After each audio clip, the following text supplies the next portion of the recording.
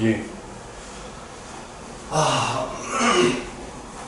원래 저는 다른 학원에서 수업을 할 때 이제 보통 마이크를 써가지고 조금 더 이제 소리를 좋게 해서 복습할 때 좀 용이하게 하는 편인데 여기는 원래 핸드폰으로 녹화를 하던 거에 비해서 지금 캠코더 캠 녹화를 하다 보니까 그 마이크가 호환이 안 돼요. 그것 때문에 일단은 오늘은 아마 목소리가 지금처럼 좀 울리는 소리가 들어갈 겁니다만 여기 학원에서 최대한 빠르게 그 마이크, 핀마이크 준비해 주신다고 하니까 그 준비하는 대로 일단 좀 진행할게요. 자, 일단은 처음 수업부터 일단 좀 진행하겠습니다. 제 이름은 아마 뭔지 다 듣고 오셨을 텐데 저는 일단 장호건이죠. 핸드폰 번호 같은 경우에는 제가 쉬는 시간이나 이럴 때 그 아카에 등록된 번호로 여러분들한테 그냥 이렇게 전화 한 번씩 확인하면서 내보면 이런 거 보여드릴게요. 그래서 만약에 이제 뭐 지각할 일이 있다거나 뭐 결석이 있다거나 일이 있다거나 이럴 때 이제 부모님들한테 연락을 말고 학원에다 연락을 할 수도 있지만 내가 좀 미리 알 수 있게 연락을 해주시면 그걸 어떻게 해야 되겠다라고 솔직히 나이가 몇 개인데 이제 부모님 통해서 연락하니까 이제 둘이서 이제 좀 적당히 해가지고 이렇게 저렇게 하겠다 하고 부모님한테 통보 이런 거 하면 안 되죠. 어쨌든 그런 식으로 좀 진행을 하면 좀 좋으니까 좀 깔끔하잖아요. 그래서 그렇게 하도록 할 수 있게 번호는 최대한 빨리 알려드릴 수 있도록 할게요. 하필 지금 가장 중요한 OT를 받아야 될 이 재원생이 아닌 수업을 듣는 학생들이 오늘 지금 현재 등원을 못했네요.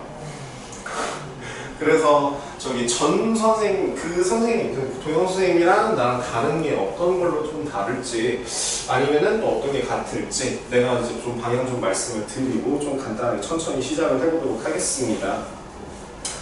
일단은 첫 번째로 저는 그러니까 미리 좀 사과를 하면 안 되지만 제가 진짜 신기한 게요.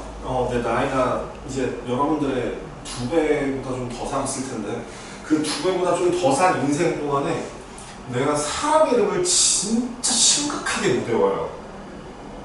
어느 정도 되면 사촌 이름도 아직도 가끔 잘못 부를 때가 있을 정도. 그러니까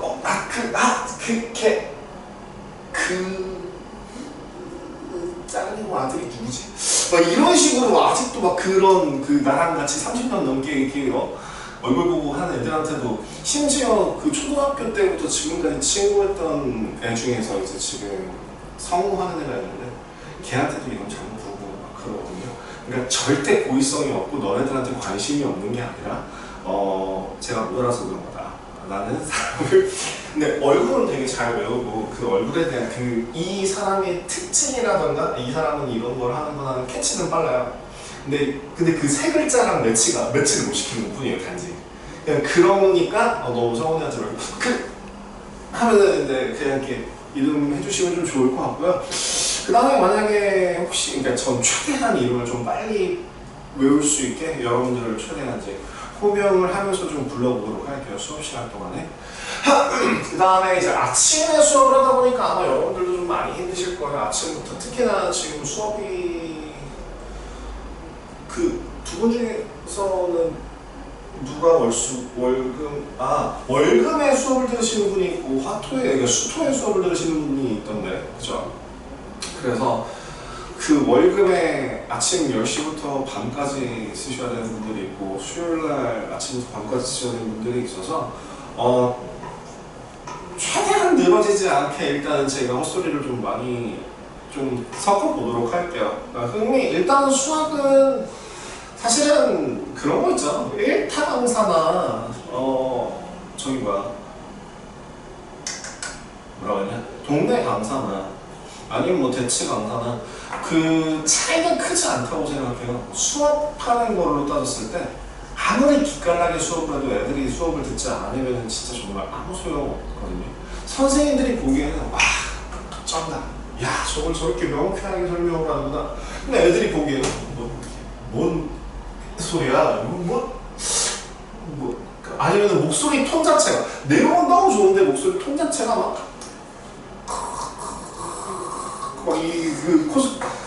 이 코골이가 절로 나오는 그런 목소리 가 나오지 않도록 일단 좀 조심을 하도록 할게요. 근데 나도 목소리 톤이 좀 낮은 편이라서 여러분들이 조금 루즈해질 수 있는데 그거를 좀 끌어올리려고 좀 최대한 노력을 해보겠습니다. 그 다음에 이제 막 마찬가지로 여기 일단은 OT부터 촬영을 한다고 생각하고 이미 아시겠지만 좀 몇 가지 좀 간단하게 얘기하고 갈게요. 여기 기변적 수학학원에서 가장 중요하게 생각하는 것은 아무래도 계백문이랑 프리노트 두 가지죠. 그 계백문이라고 하는 개념 백지 맞죠? 개념 백지 문제. 그거 같은 경우에는 저는 그게 너무 좋았어요. 그러니까 이 학원에 들어온 거는 사실 지금이 처음이지만 딱 여태까지 예전의 학원은 사실 여러분들이 다녔던 학원이랑 다르지 않을 거라고 생각해요. 내가 아무리 개념 위주로 수업을 하고 개념이 중요하다 백날 천날 얘기를 해도 학원에다가 준비한 시스템이 없었기 때문에 그 시스템이 없으면 여러분들은 중요도를 몰라요. 왜? 그럼 여러분들한테 주어진 거는 문제집밖에 없으니까. 그럼 문제집을 채워야 되는 게 중요하다고 생각을 하지? 뭐 개념을 외우는 거? 그건 그냥 수업 때 하면 되는 거 아니야? 여러분 되게 가볍게 생각을 한단 말이죠. 근데 여러분들도 이제 본 수업을 들어보셔서 아시겠지만 그리고 수업을 들으실 분들도 아시겠지만 개념을 반복해서 공부한다라고 하는 게 되게 중요합니다.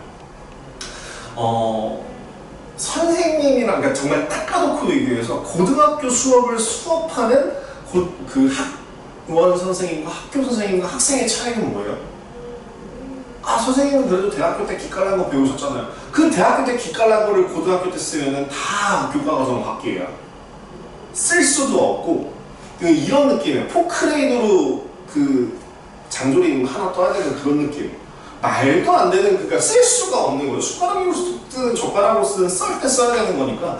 그러니까 결국엔 여러분들이 똑같은 숟가락 젓가락으로 똑같은 음식을 푸는데 나는 이걸 어떻게 하면 쉽게 풀까? 이런 거를 좀 고민을 해서 그런 거를 고민을 한 상태로 여러분들한테 전달을 해줄 뿐이고 여러분들은 이건 어떻게 풀지? 에만 메모리 되어 있기 때문에 문제다라고 걸 생각해요. 항상.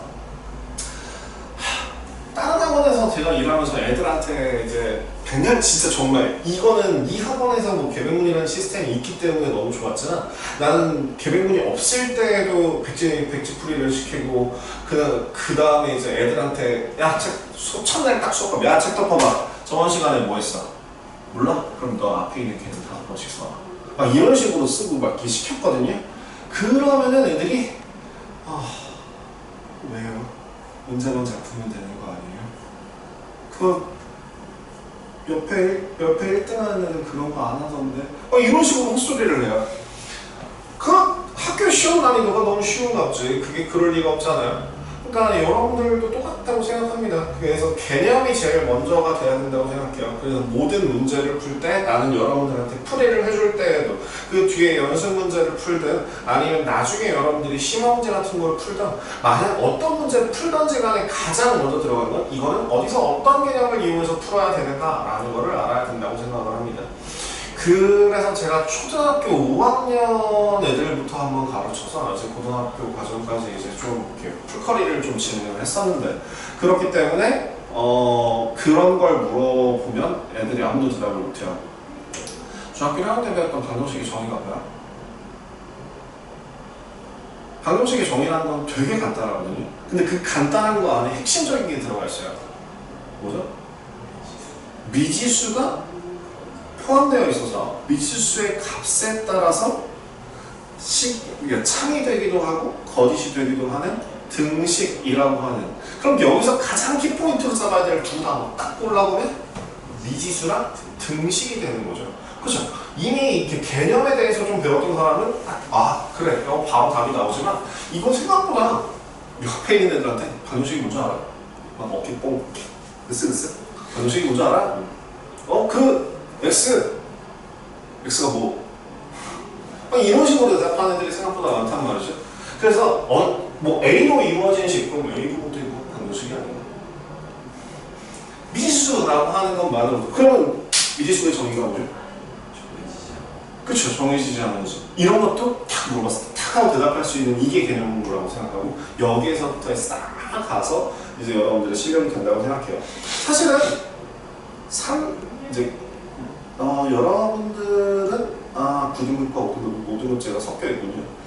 그냥 수능으로 따질게요. 수능 9등급제로 따졌을 때 3등급 상위권 혹은 2등급 중위권까지는요, 솔직히 까놓고 얘기해서 개념 공부 필요 없이 문제풀이로 가능해요. 근데 그거를 뚫을 수가 없어요. 어떻게 그러니까 진짜 정말 99.9999999%의 사람들이 못 들더라고요. 그건 좀 너무 심하다. 오케이. 500만 명 중에 한 명만 그걸 뚫어요. 문제를 풀었을 때. 딱 까놓고 얘기해요. 제가 우리 때 입시 인원이 한 해 80만 명, 너네 때 40만 명? 이제 좀 지나가면 30만 명. 근데 그렇게 해서 내가 학교에서 공부할 때, 내가 애들을 가르칠 때, 그때 겪었던 그 모든 애들 중에서 문제만 풀었는데 1등급을 뚫은 애가 진짜 기깔나게 똑똑한 애예요. 문제만 풀어도 머릿속에서 개념이 흡수가 돼. 자기는 문제만 풀고 개념 공부 안 해. 근데 물어보면 대답을 해. 그러니까 결국엔 뭐예요? 뚫어서 개념을 머릿속에 받아들이는죠. 그런 애들 말고는 1등급을 못 받더라고요. 특히나 요새 이번에 이제 트렌드가 바뀌어가지고 이제 더 이상 킬러 문제가 안 나오잖아요. 근데 그 수능에서 킬러 문제가 안 나온다는데, 그래서 사실 작년 수능 때 선생님들이 무슨 예상했는지 혹시 나타나시나요? 이렇게 예상, 혹시 킬러 문제가 안 나온다라고 하면 드는 생각이 뭘 것 같아요? 전체적으로 점수가 올라가겠구나. 어려운 못 푸는 문제 2문제가 빠지고 풀 수 있는 문제를 2개 넣어놨으면 전반적으로 점수가 올라가겠구나 라고 생각을 했는데, 재작년 수능이랑 작년 수능이랑 평균이 거의 같아요. 1등급 컷 같은 경우는 오히려 1점 낮나? 그래, 원래 기억해요. 비슷했거나 미적분 컷이. 그게 무슨 말이냐면, 결국에 그 킬러 문제를 풀 수 있는 애들은 그만큼 준비가 되어 있는 애들이었다고 한다면, 그만큼 준비가 되어 있는 애들, 즉 결국엔 대치 혹은 재수학원에서 정말 기깔나게 공부하는 그런 애들만이 뚫을 수 있는 거였다면, 지금은 그 비율만큼 개념 위주로 공부를 했어야지만 뚫을 수 있는 그런 애들을 가겠다는 뜻이거든요. 여러분이 욕심을 낸다라고 하면, 욕심을 낸다라고 하면 전 무조건 해야 된다고 생각을 해요. 그래서 그거 좀 확인해 주시고요. 그래서 개념 노트 같은 경우에는 지금 이제 필기 같은 경우에는 여러분들 이제 여기 책 안 가져왔다고 하니까 여기 책을 제가 해서 드릴 거예요. 그 중거를 토대로 한번 보면 지금 정석교재 같은 경우에는 총 13장으로 이루어져 있습니다. 13단어, 장수 말고 단어입니다. 13단어로 이루어져 있습니다. 근데 이제 저희 특강 시간이 총 11회예요. 그래서 그 11회에 맞춰서 그 대수할 때랑 조금 다르게 부담 없이 진행을 하나 좀 더 이 정도로 나간다 정도로 생각을 하시면 될 것 같고요. 필기 같은 경우에는 웬만해서는 이 내용들 그대로가 정리된 게 계획문이죠. 계획문으로 웬만한 건 정리가 다 돼 있어요. 근데 이제 그러면은 내가 계획문에 있는 내용 그대로 수업을 할 거냐? 그럴 거면 여기다가 TTS 틀어놓고 다음 x는 x가 a일 때 함수의 수렴에 대해서 설명하시고 있다고 알고 있겠지. 제가 이걸 개념을 하고 설명을 하고 있지 않겠죠. 그래서 내가 하는 설명이 조금 다를 수도 있거나 그런 것들 같은 경우에는 자, 계획문 써보셔서 아시죠? 어디다가? 가운데 필기 노트 그냥 요거를 한번 정리하면서 좀 써본다 생각하시고요. 아니면은 이게 여기다가 보통은 그냥 1,000원 정도로 하나 쓰세요. 요 밑에다가 1,000원 정도로 깨작깨작 써놓고 그거를 기반으로 요 뒤에다가 한번 꼭 정리를 하십시오. 저는 이 필기노트 정리를 요 뒤에 클리닉 시간을 좀 진행을 해서 좀 최대한 시켜보도록 할 거예요. 그 다음에 이제 그 뒤에 있는 백지 테스트 같은 경우에는 그 백지 테스트 진행할 수 있도록 제가 좀 준비를 해보도록 할 예정입니다. 그럼 책은 어디다 쓰나요? 뭐 책 같은 경우에는 2번, 3번, 4번 뭐라고 있는 책이긴 한데요. 정석 교재가 저는 사실 되게 욕을 하는 교재긴 해요. 그 욕을 하는 이유는요, 문제가 너무 올드해요. 근데 거꾸로 생각을 하면 내가 왜 그거에 대해서 예전에는 별 생각이 없었는데 왜 어느 순간부터 문제가 올드하다고 싫어하지? 그러니까 애들이 싫어해요. 애들이 싫어하고 애들이 못 푸니까 그냥 나도 풀기 싫다 이런 식으로 가는 것 같아요. 사실 그럴 게 없죠. 그냥 보면은 뒤에 있는 문제들 같은 경우도 결국에는 웬만해서 개념적 위주로 써먹을 수 있으면 연습 문제를 충분히 풀 수 있을 거라 생각하고요. 여러분들한테 최대한 기본기 할 수 있게 여기 있는 그 보기 혹은 이제 예제, 기본 문제, 그 다음에 유제 이런 것들 다 프리노트에 이제 좀 풀어주시면 될 것 같습니다. 그렇게 풀어보면서 개념 좀 녹이면서 문제 한 문제 한 문제 풀 때마다 거기에 있는 거 뭐에서 써먹을까 이런 것들 정도 생각해 주시면 좋을 것 같고요. 다음에 프리노트 같은 경우에는 아마 이제 학원 선생님들이 거의 대부분 다 비슷한 방법으로 쓰지 않을까 싶은데 일단은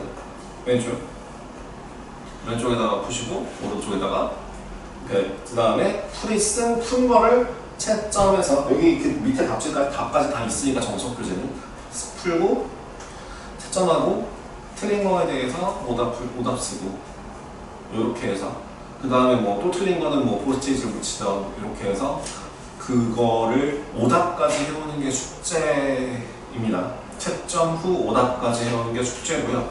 풀이는 반드시 있어야 돼요. 그러니까 진짜 막 그런 선생님 그럼 1 더하기 2는 3인 것도 써야 되나요? 그런 소리는 안 하실 거라고 생각을 합니다. 그러니까 그런 기초적인 것들 말고 정말 필수적으로 식이 넘어갈 때마다 좀 어느 정도 적당히 식은 필요하다고 생각을 해요, 저도. 그래서 내가 최대한 어떻게 하는지 기본 문제를 통해서 몇 가지 좀 보여드리도록 할 테니 그걸 토대로 여러분들이 숙제로 하실 때 최대한 참고하시면 좋을 것 같아요. 도저히 모르겠다라고 하면은 좋은 컨닝 페이퍼가 있습니다. 답지를 똑같이 베끼세요. 근데 중요한 건 답지를 똑같이 베끼세요보다는 답지랑 얼마나 다른지 확인하시고 그거에 맞춰서 조정하세요. 이 정도로 하면 될 것 같습니다. 짜잔. 자, 일단 그러면 수업을 시작해 보도록 하겠습니다. 재미없죠, 벌써부터. 방금 전에 교장 선생님 문화 말씀보다 재미없었던 것 같아요. 지금 이 교재, 미적분 1이라고 하는 교재의 목표부터 한번 좀 생각을 하면 좋을 것 같은데 미적분 1이라고 하는 교재의 목표, 최종적인 목표는 사실 뭘까요? 뭘 것 같아요? 그냥 생각나는 대로 한번 얘기해 보실래요? 들은 거 있으면 들은 대로 한번 얘기해 주시고 극한 말고요. 그냥 이 책 전체의 목표 과연 이 교재에서는 뭘 하는 게 목표일까?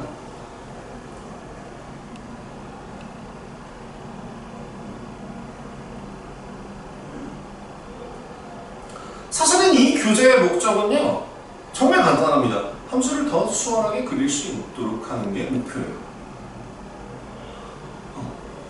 그러기 위해서 결국엔 뭘 하면 함수를 더 수월하게 그릴 수 있느냐? 미분입니다. 미분이 뭔데요? 기울기를 구하는 과정이에요. 미분이라고 하는 건 기울기를 구하는 과정이에요. 그 기울기를 구하는 거를 좀 수월하게 할 수 있다면 그때 그 순간에서의 기울기가 아무리 뒤집어지고 바뀐다고 하더라도 그에 맞춰서 그래프를 그릴 수 있다는 거고요. 그럼 그 미분을 하기 위해서 필요한 건 무엇입니까? 극한입니다. 극한이라는 게 존재하지 않으면 미분은 애초에 시작을 할 수가 없어요. 극한을 모르는 상태로 미분을 한다? 가르칠 수 있습니다. 미적분 1 딱 하나 가르칠 수 있어. 스킬로서 미적분 1에서는 들어가는 내용이 딱 하나밖에 없어요. 자, 예를 들어 x의 n제곱을 미분하면 nx의 n-1제곱이다. 자, 배웠다. 끝. 이걸로 끝나버려도 사실 문제를 푸는 데는 지장이 없습니다. 하지만 여기에서 응용 문제, 심화 문제 혹은 개념이 필요한 문제, 소수령 문제 이런 것들은 하나도 못 풀게 되고 이게 무슨 말인지도 모르고 이게 왜 이렇게 되는지도 모르고 간다는 거죠. 그래서 필요한 게 뭐다? 극한이다. 그럼 적분은 뭔데요? 미분 활용이요. 결국에 이 교재의 가장 중요한 포인트는 미분입니다. 미분. 그 미분을 하기 위한 전 과정이라고 보시면 될 것 같고요. 그래서 이제 오늘 함수의 극한을 한번 시작해 보도록 하겠습니다. 함수의 극한.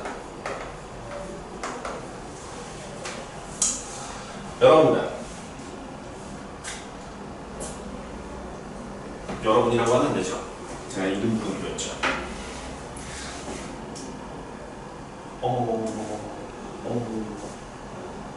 큰일 날 뻔했어요. 실수할 뻔했어요. 이게 왜 이거 좀 생각할 수 없죠. 모르겠습니다. 예, 그 현석이 같은 경우에는 현석이한테 한번 물어볼게요. 1에 가장 가까운 수는 뭘까요? 본인이 생각하기에 1에 가장 가깝다라고 하는 수는 뭐가 있을까요?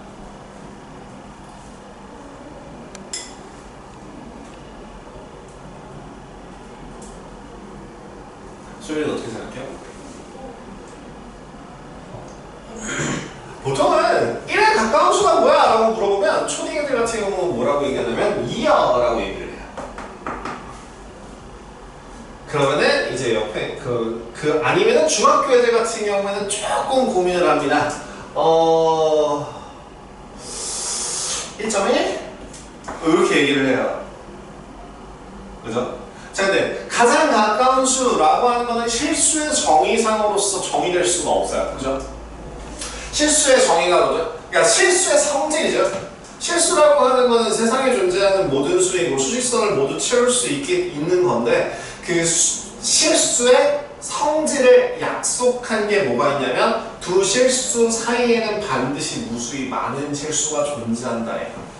즉 1과 2 사이에는 무수히 많은 실수가 존재한다. 뭐 1과 1.1 사이에서도 무수히 많은 실수가 존재한다. 그런 식으로 계속 가다 보면 1과 1.0000001 사이에서도 또 무수히 많은 숫자가 존재할 수밖에 없다는 거죠.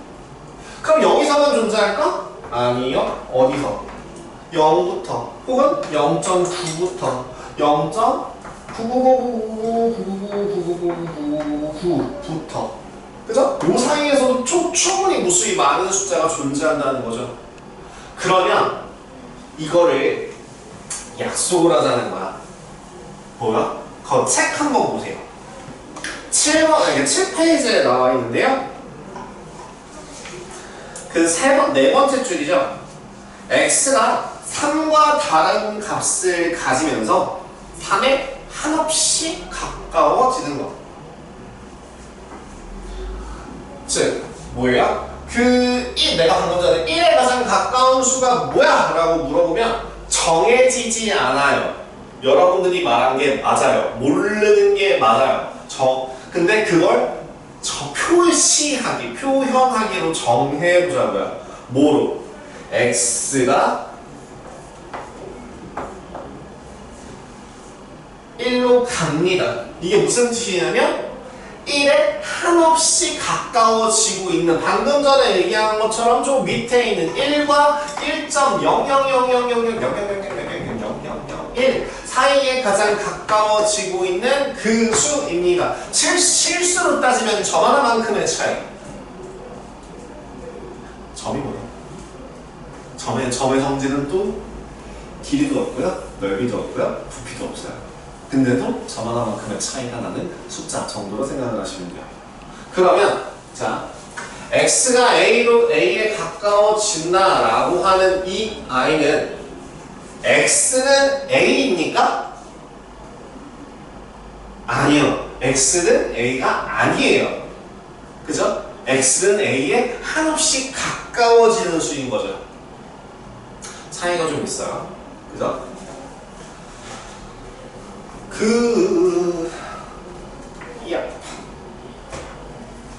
아우, 이제 꺼져.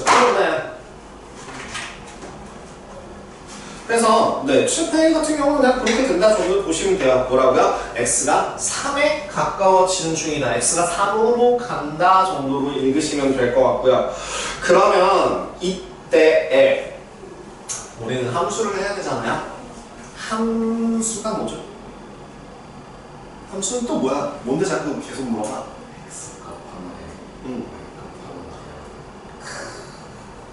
공수2 기준으로 얘기하자면 공수2 기준으로 얘기하자면 그렇게 나와요. 에이, 공수2 기준으로 정말 그렇게 아니잖아요. 사기치지 마. 당할 뻔했잖아. 공수2 기준으로의 정의가 혹시 뭔지 아시나요? 그러니까 집합 x의 모든 원소들이 집합 y의 원소들과 하나하나 대응되는 것. 그래서 하나의 x의 원소에 하나의 y의 원소가 대응되는 것. 이거를 이제 함수라고 얘기를 하죠. 무슨 말이에요? 저는 애들한테 쉽게 얘기할 때 이렇게 얘기하거든요. 하나씩 대응된다는 게 예를 들면 이런 거 내 발 사이즈. 그래서 니네 발 사이즈. 이런 것들도 하나씩 대응이 되죠. 뭐 발 사이즈가 그때그때 랜덤이라서 갑자기 뭐 스머프처럼 스머프 뭔지 알아요? 그 파란 아이? 그 얼굴, 몸통 길이의 절반이 발 사이즈인데 발 사이즈가 500mm였다가 갑자기 막 100mm로 줄었다. 랜덤 사이즈로 막 나오는 게 아니라 딱 하나로 정해져 있는 것처럼 장관 하고 하는 순간 저 사람 발 사이즈를 내가 여러분한테 주입시켰다면 저는 뭐 165 되겠지. 165? 무슨 소속이야? 자, 265 되겠지. 그럼 뭐 키 믿으실지 아니면 믿으실지 모르겠지만 저는 진짜 180이 맞아요. 전 180이에요. 180. 그럼 장원 선생님 키? 180. 이렇게 키 같은 거나 뭐 시력 뭐 이런 것들 같은 경우는 딱 찍는 순간 매치가 되죠. 좀 위험한 발언일 수 있는데 장원근 선생님 아버지 이름은 보통은 이게 하는 딱 그 바로 매치가 되기는 하는 게 정상이긴 해요. 그죠? 일반적이에요. 그죠? 그런 것처럼 결국에 어떤 값이잖아요. 그럼 x가 a에 한없이 가까워질 때 그럼 fx라고 하는 애는 x에 대한 함수죠. x에 대한 함수. 그럼 이 함수의 값은 어디로 가까워지니까? 라고 얘기할 때 이렇게 표현할 수 있습니다. x가 a에 가까워지면 fx는 어떠한 수에 가까워진다 라고 이야기하는 요게 극한이 시작이라고 보시면 돼요. 함수의 극한입니다.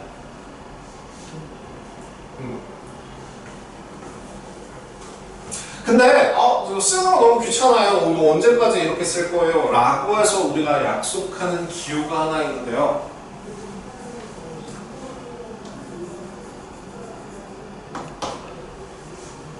리미트입니다. 보통 이제 이렇게 쓰기는 하는데요. 있어 보이게 썼어요. 리미트고요. 리미트라고 하는 그 한계치, 한계, 뭐 끝까지 그 최대한 라고 하는 최대치 뭐 요렇게 하는 거를 약분해서 앞에 세 글자, 수학은 세 글자를 참으로 좋아해요. 그래서 LIM을 쓰고 저 X가 A로 간다 라고 할 때를 요렇게 씁니다. 밑에다 깔아줘요. 밑에다 깔아주고 그러면 함수 값은 옆에다 써줘요. 함수값을 옆에다 써준 다음에 그럼 여기서 화살표를 써서 L로 쓰면 되나요? 아니요. 등호를 써요. 약속이에요. 이걸 뭐 어떻게?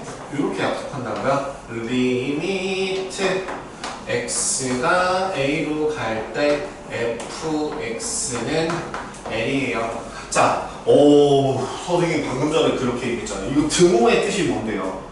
좌변과 우변이 서로 같다는 거잖아요. 그러면 지금 저 극한은 방금 전에 선생님이 얘기했잖아요. fx는 L이야 아니야? 아니야. 근데 얘는 등호가 들어가 있네? 리미트 fx는 L이야? 뭔가 다른 게 있다는 거죠. 사실 이게 고등과정을 넘어가요. 그냥 그렇다고 하자라고 나가는 게 이제 고등과정인데, 그거에 대해서 잠깐 간단하게 얘기를 해서 그냥 조금 더 좀 더 설명을 하자면, 저 리미트 fx라고 하는 요거 자체가 fx의 목적지 정도로 생각하세요.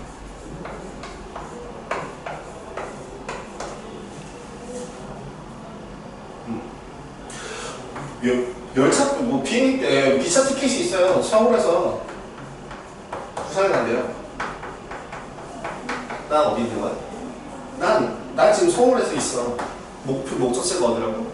부산이라고. KTX를 타고 쭉 가고 있어. 난 대전쯤에 위치해 있어. 나 지금 어디로 가고 있다고? 부산 가고 있다고. 그럼 부산에 도착하기 직전이야. 나 지금 어디로 가고 있다고? 부산으로 가고 있다고. 그럼 이 표의 목적지는 어디야? 부산인 거야. 그죠? 그냥 이렇게 간단하게 생각하시면 돼요. x는 a로 가는 중, fx는 l로 가는 중. 그래서 목적지가 어디라고? l이라고. 그러니까 이렇게 두 가지 정도로 표현을 할 수 있는데, 이렇게 쓰겠죠, 당연히. 이 정도로 헷갈리지 않으셨으면 좋겠습니다. 그래서 이렇게 어떠한 특정한 목적지를 확인할 수 있다면 얘는 극한 L을 뭐라고 부르냐면 L을 극한값이라고 불러요.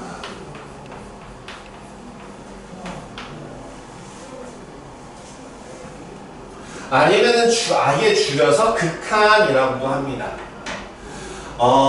여러분들 최대 최소 다 배우셨으니까 아시겠지만 함수가 들어가는 상황에서 값이라는 표현 자체가 있으면, 값이라는 표현이 있으면 얘는 무조건 y 거예요.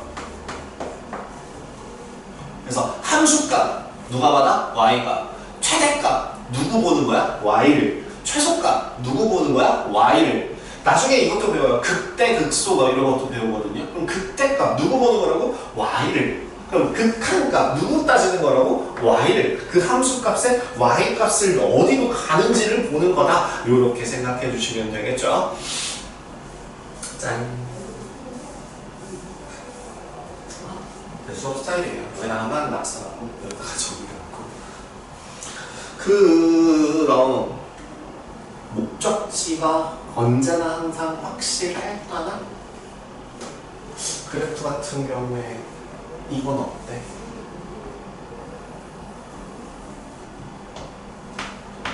자,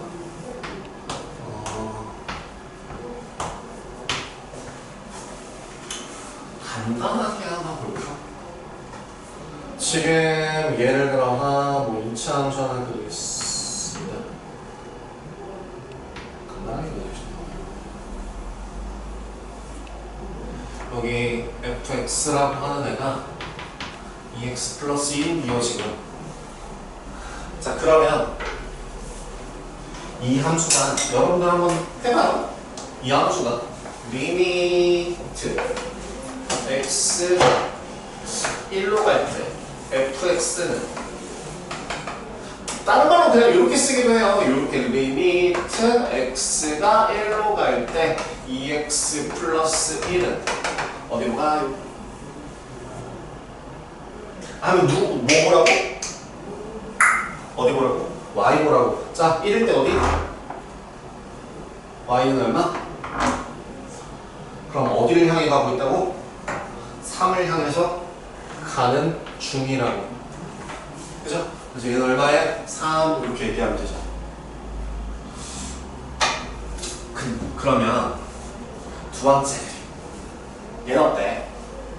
또 하나 그려볼게요. 심판이 참 작군요.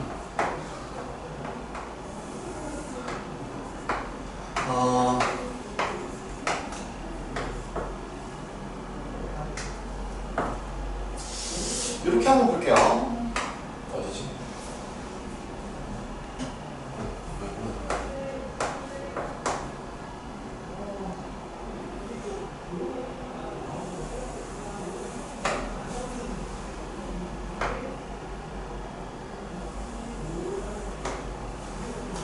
자, 지금 색깔을 좀 바꿔서 다시 그려볼까?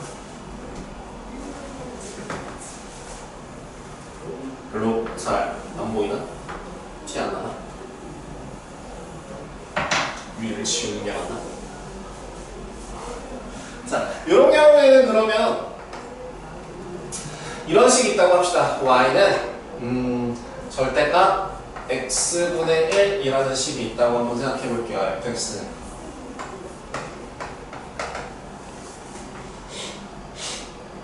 그때 리미트 x가 0으로 가게 되면 요 fx라고 하는 값은 어디로 갈까요? x가 0에 가까워진다 라고 하는 방향이 어디지? x가 0에 가까워진다는 방향이 여기죠. 함수값 보라고 했으니까 그래프를 봐야죠. 자, 그래프로 따졌을 때는 x가 0에 가까워지는 방향이 이렇게 되네. 그럼 함수값은 어떻게 어디로 가고 있어요? 위로. 언제까지 위로? 끝없이 계속 위로. 계속. 그럼 그렇게 끝없이 계속 커지는 중인 거죠. 그죠? 그래서 그 끝없이 계속 커지는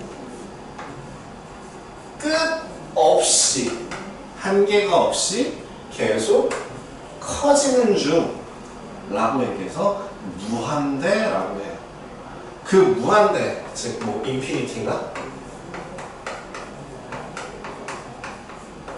맞나? 그 인피니티라고 하는 기호는요, 그 메비우스 띠 모양. 메비우스 띠 어떻게 생겨나? 맞아요. 팔자를 살짝 이렇게 누벼놓은 모양으로 이렇게 생겼죠.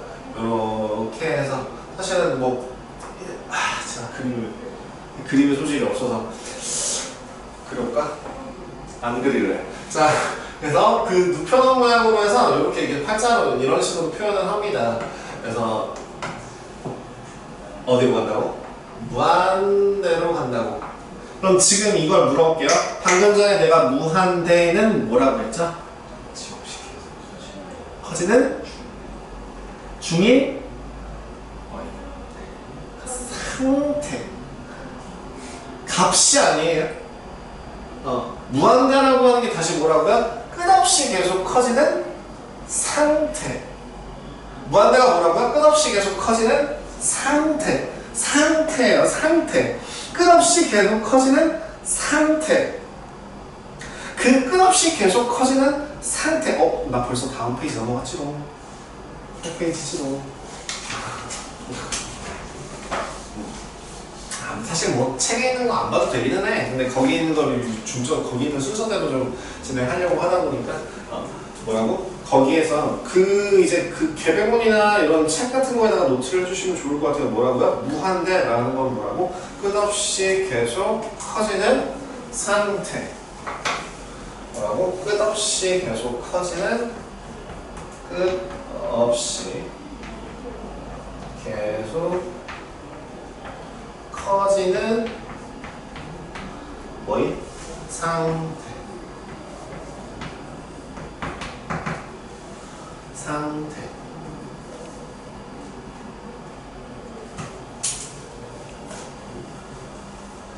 그러면 끝없이 계속 커지는 상태라고 하는 거는 특정한 값을 향해 간다는 말이야? 아니야? 이 극한값이 무한대라고 하는 거는 특정한 값을 향해 간다는 말이야? 아니야? 아니죠. 그죠? 그러면 만약에 어떠한 리미트 x가 a로 갈 때 fx라고 하는 값이 무한대로 가. 그러면 두 번째로 물어볼게. 그럼 끝없이 작아지는 상태를 뭐라고 부를 것 같아? 대반대말은 소니까. 그래, 좋아. 그럼 우리 이렇게 간략하게 그려서 이렇게 끝없이 계속 작아지는 상태를 무한소라고 하면 아쉽지만 무한소라는 개념은 고등학교 때 배우지 않아요. 알려줄 거예요. 알려주겠지만 무한소라는 개념은 고등학교 때 배우진 않아요. 그래서 무한대라고 하는데 뭐라고? 음의 무한대라고 불러요. 마이너스 무한대. 그래서 작은 쪽으로 한없이 커지잖아요. 얘도 절대값을 따졌을 때. 그래서 한없이 작아지는 상태를 음의 무한대, 얘는 양의 무한대, 줄여서 그냥 무한대 이 정도로 생각을 해주시면 될 것 같고요. 이렇게 봐봐. 방금 전에 얘기한 것처럼 이거는 특정한 값이 아니라고 했죠. 얘는 특정한 값이라고 했죠. 그래서 만약에 저 극한 함수가 어떠한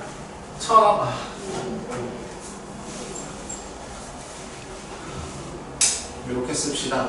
어떠한 함수가 L이라고 하는 특정한 값이 정의된다면 얘를 이 함수는 뭐 한다? 그렇잖아. 투자. 쉬운? 그쵸? 얘는 수렴한다. x가 a일 때 함수는 l로 수렴한다 라고 표현을 하고요. 그러면 이렇게 특정한 값이 존재하지 않는 경우 방금 전처럼 리미트 어떤 a로 갈 때 fx라고 하는 애가 무한대 혹은 뭐 마이너스 무한대 기타 등등등등 이런 식으로 특정한 값이 아닌 경우에는 얘는 그냥 단순하게 발산한다 라고 생각하시면 됩니다. 나중에는 조금 더 정의할 때 뭐 이제 발산하기만 하는 것도 아니고 뭐 이제 여러 가지 것들이 있기는 한데요. 그냥 지금 정석에서는 되게 그냥 간단하게 이야기를 하고 있어요. 그래서 그렇게만 설명을 할게요. 특정한 값으로 가면은 수렴하고 특정한 값이 아니면 발산한다고 하거든요. 사실은 수렴하지 않는다예요. 발산한다 같은 경우는 이제 무한대로 갈 때, 마이너스 무한대로 갈 때 발산한다고 이야기를 하고요. 그럼 특정한 값이 존재하지 않는 경우도 나중에 나오거든요. 그런 경우에는 그냥 수렴하지 않는다라고 보통 표현을 합니다. 발산도 수렴하지 않는다에 해당돼요.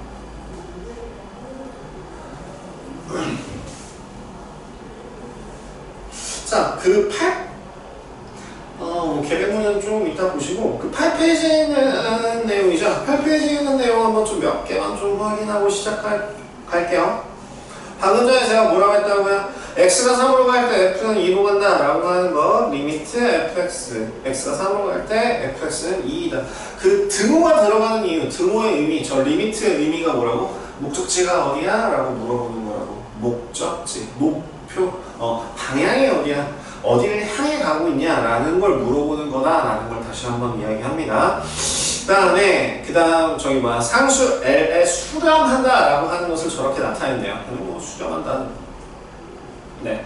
그다음 그 밑에 한없이 커지거나 음수이면서 절대값이 한없이 커짐할 때도 함수의 극한을 생각할 수가 있는데 그러면 이 경우에는 저것도 0으로 수렴한다 이런 것도 확인할 수 있대요. 이런 거예요. 얘는 x가 0으로 갈 때 fx, x가 0으로 바꿔줄 때 fx는 무한대가 되지만 그게 아니라 만약에 이번에는 x를 무한대로 보내. x가 한없이 커지는 상태로 계속 한없이 커지고 있다면 저 fx라고 하는 거의 최종적인 목적지는 어디입니까? 어디가요? 0이죠. 그죠? 그래서 지금 이러한 경우에도 0으로 수렴한다라고 얘기할 수 있어요. 공통수학 2 같은 경우에서 보셨으면 여러분들 유리함수 배울 때 세 글자 점근선. 뭐 그 함수가 그래프가 그 직선에 한없이 가까워진다라고 이야기를 하잖아. 그지? 그렇게 얘기한 그 한없이 가까워지는 그 점근선이 최종적인 목적지가 되는 거죠. 도착할 수 없겠지만. 자, 그럼 보기 1번 한번 봐봐. 그럼 원래는 극한값 구하기 위해서는 다 뭘 봐야 된다고? 극한값은 함수 값을 보는 거니까 뭘 해서 보아야 돼? 그려서 봐야 돼. 그치? 원칙은 그게 맞아요. 원칙은 그게 맞아요. 그래서 뭐 그려봐봐. 리미트 간단하게 리미트 x가 얼마로 갈 때? 2로 갈 때 x제곱 마이너스 1이라고 하는 값이 그러면 그래프 그려보면 마이너스 1이고 1이고 1이죠. 요렇게 되죠. x, y 원점. 그러면은 x가 2로 갈 때 y 값은 어디를 가까워지나요? 3에 가까워지면 3 이렇게 쓰시면 되겠죠.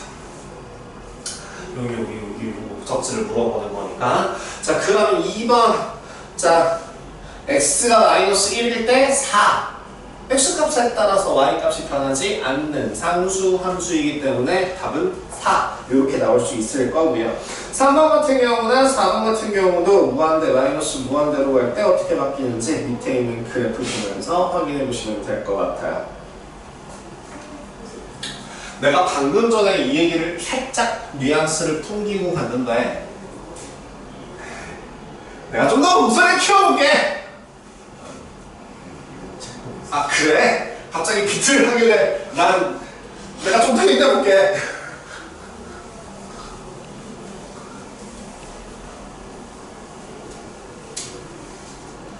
방금 전에 내가 그 얘기를 했거든요. 수렴의 반대는 발산이냐? 라고 하면 살짝 애매하다고. 수렴이랑 발산은 따지고 보면은 사실은 발산이라는 건 무한대로 마이너스 무한대로 가는 걸 발산이라고 하고 수렴하지 않는다고 보면 존재한다고. 그게 뭐냐면요. 우리가 생각하는 그래프는 사실은 그 대수까지 배웠을 때 여러분들이 배워야 될 그래프는 다 배웠어요. 함수에 대해서 배울 건 6가지를 다 배웠어요. 그 초등함수라고 얘기하는 그 함수 자체, 체계 자체가 6가지. 뭐 다항함수, 유리함수, 무리함수, 그 다음 지수함수, 로그함수, 삼각함수 총 6가지를 배우죠. 그 6가지에 대해서 이미 할 건 다 했어요. 뭘 다 했는데? 그래프 어떻게 생겼는지 가장 기본적인 애들만 배웠어. 사실은 유리함수 같은 경우도 분모가 1차식 이네만 그렸잖아요. 분모가 2차식이네는 왜 안 배웠을 것 같아? 못 그려서요. 그리는 게 너무 빡세서. 그러면은 그거는 나중에 그릴 수 있겠잖아요? 예. 미적분 2에서요. 미적분 2에서는 다 해요. 그거에 대해서 심도 있게. 근데 여러분들 배우신 걸 봤을 때 대부분 그래프는 항상 연결이 돼 있죠. 연속적으로 쭉 이어져요. 1차 함수, 2차 함수, 또 뭐 배웠죠? 유리함수라고 하는 거. 선생님 유리함수 끊겨있는데요. 근데 보통 그걸 끊겨있다고 인식을 잘 안 하죠. 여기가 끊겨있다고 끊겨있지만 끊겨있다고 인식을 하는 게 아니라 그냥 이렇게 그냥 곡선들 이렇게만 생각을 한다는 말이죠.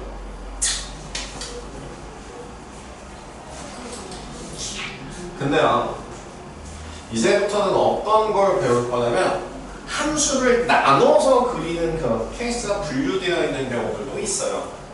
예를 들면 이런 겁니다. fx라고 하는 애를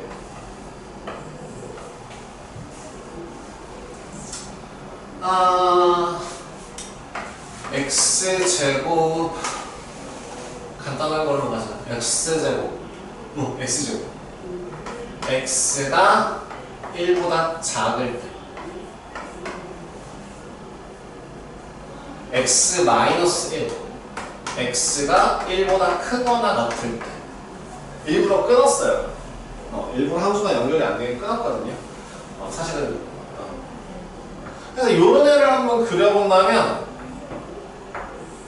x가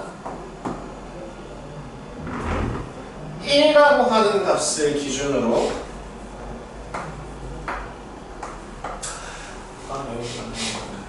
자, 1이라고 하는 값을 기준으로 1보다 작은 값에서는 뭐야?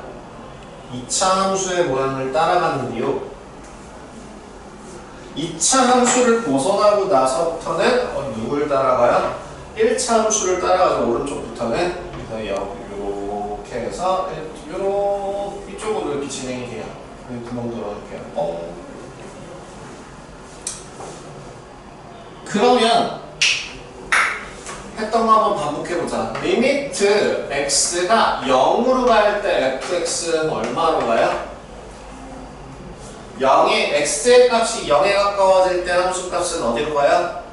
0으로 가요. 자, 그럼 리미트 x가 얼마, 2로 갈 때 fx는 얼마로 가요? 1로 가요. 그럼 문제, 리미트 x가 1로 갈 때 fx는 어디로 가요?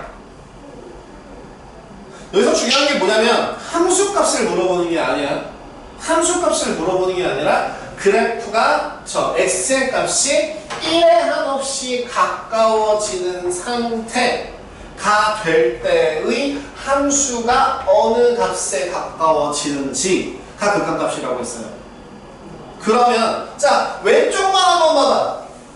왼쪽만 한번 보면 왼쪽에서는 그래프가 어디에 점점 가까워지고 있을까?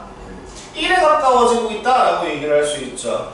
그럼 오른쪽을 한번 봐봐. 오른쪽에서는 어느 값에 가장 가까워지고 있다라고 얘기를 할 수 있죠? 0에 가까워지고 있다라고 얘기를 할 수 있죠. 그러면 우리는 왼쪽에서 가까워질 때랑 오른쪽에서 가까워질 때를 분류할 필요가 있다는 거예요. 왼쪽에서 가까워진다라고 하는 거는 뭐라고 보통 왼쪽 좌에서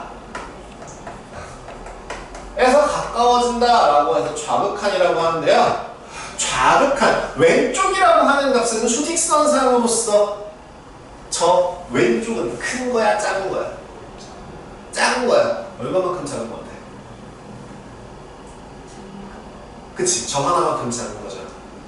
그러면 좌극한 같은 경우는 어떻게 표현하냐면 리미트 x가 1에 가까워지긴 하는데 1보다 마이너스 점 하나만큼 작아 를 이렇게 표현해요. 그럼 이 값은 얼마나, fx는 얼마라고? 1이라고. 자, 응용 뭐이? 그치, 나 순간 좌우 모르는 줄 알고 설렜잖아. 어떻게 해야 되는지 깜짝 놀랐고, 그치? 우극한이요? 우극한 같은 경우는, 자, 그럼 또 응용 x가 이번에는 어떻게 표현하면 될까? 1 플러스, 그쵸? 통화한다. 1 플러스, 그럼 얘는 어디로 간다고? 0으로 간다고. 자, 그럼 이렇게 fx, 그 우극한이랑 좌극한, 지금 좌극한이랑 우극한이라고 하는 오른쪽에서 갈 때, 왼쪽에서 갈 때를 분류를 했는데 분류를 해봤더니 그 값이 같더라, 다르더라. 이렇게 다른 경우에는 그러면 우리는 뭐라고 얘기할까? 극한 값이 존재하지 않는다라고 이야기한다. 그러면 지금 방금 전에 요 극한값이라고 하는 애는 어떤 의미가 숨어 있을까? 이거 응용해서 한번 생각해봐. 우극한과 좌극한이 다르면 극한값이 존재하지 않는데, 근데 얘는 극한값이 존재한대. 그럼 얘는 다른 반대로 무슨 말이야? 우극한과 좌극한이 같은 상태라는 얘기는 걸 숨겨져 있는 거죠. 자, 그럼 이렇게 정리해서 한번 다시 보여드릴게요. 뭐라고? 리미트 x가 a로 갈 때 fx라고 하는 a의 마이너스라고 하는 애가 만약에 알파로 가고 리미트 x가 a의 플러스로 우극한으로 갈 때 fx의 값이 베타라고 한다면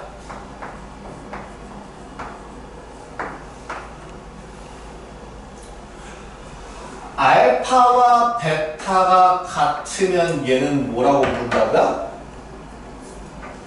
극한값이 존재하는 상태를 뭐라고 부른다고? 수렴한다고 이야기하고 얘는 극한값이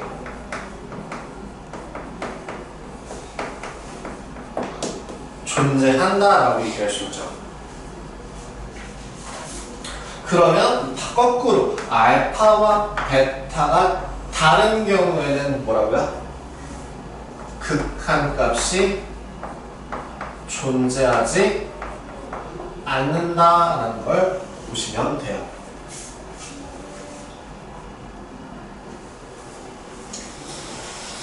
극한값이 존재하기 위한 조건 뭐라고? 좌극한가? 우극하니? 같아야 자, 왼쪽에서 보고 오른쪽에서 봐도 같은 방향으로 나오고 있어야 돼요. 왼쪽으로 갈 때는 그러니까 겉과 속이 같아야 돼요. 그런 느낌으로, 느낌적인 느낌으로. 네, 이쪽으로 갈 때랑 이쪽으로 갈 때랑 이렇게 달라지면은 극한값이 존재하지 않는다. 같은 목적지가 서로 같으면 극한값이 존재한다라고 얘기하시면, 그리고 수렴한다라고 얘기할 수 있을 거예요. 자, 그럼 보기 2번 한번 가볼까나? 이제 절대값도 들어가고 가우스 기호도 들어가고 참 그래요. 뭐냐면 여러분들 가우스 기호가 교과 과정에서 없는 내용인 거 아시죠? 언제부터 없어졌잖아요. 그거 나 때도 내 근처에 아마 빠졌을 거예요. 저도 최소 20년 됐다는 얘기거든요. 근데 아직도 문제가 나와요. 개똥이에요. 우리 때 막 그런 것도 있다? 진.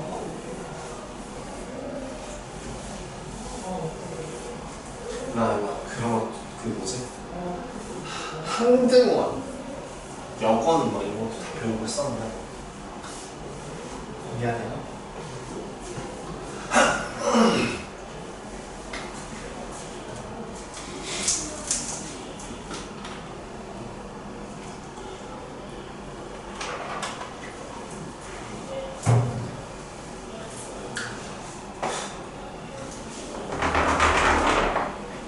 합시다.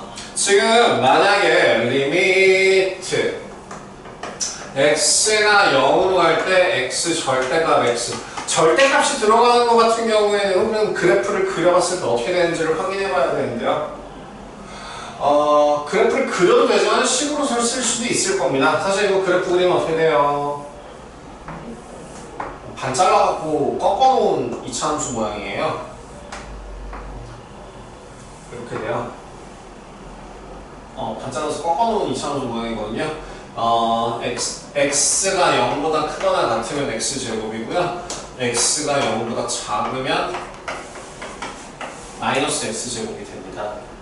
그러면 얘를 극한으로 바꿔보면 리미트 x가 0보다 큰 거라고 하는 요 값은 결국엔 x제곱과 같죠? 0으로 가요.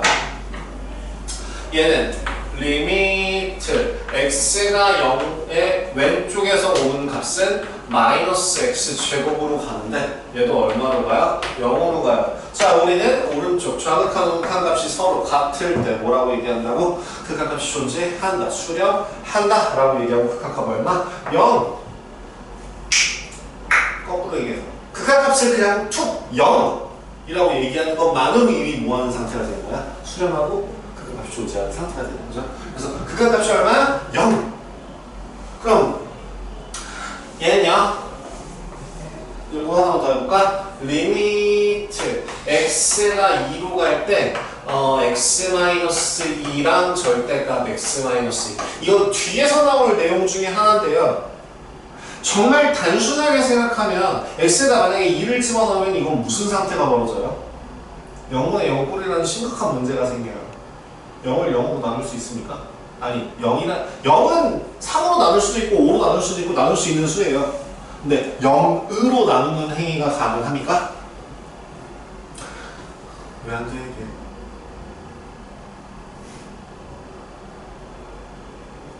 이거를 0으로 나누면 안 돼! 라는 걸 규칙을 정해놓지 않으면 무슨 문제가 생기게? 모든 수는 다 같아요. 왜요? 우리 등식의 성질 중에서 A가 B이면 AC는 BC이다. 그리고 C분의 A는 뭐 B분의 C분의 B다 뭐 이렇게 미안해요. C가 0이 아닐 때 이렇게 나오죠.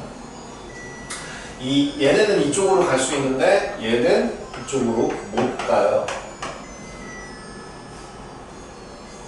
왜냐면 만약에 C가 0이라고 하면 0은 0이거든요. 그럼 1은 2예요. 왜? 1 곱하기 0이랑 2 곱하기 0이랑 같아서요. 그래서 0이랑 0으로 나누면 되거든요. 이런 식으로 생각하시면 될 것 같아요. 자, 일단은 이 정도로 해서 쉬는 시간 주고 끊었다가 더 진행을 하도록 하겠습니다. 예. 안녕하십니까.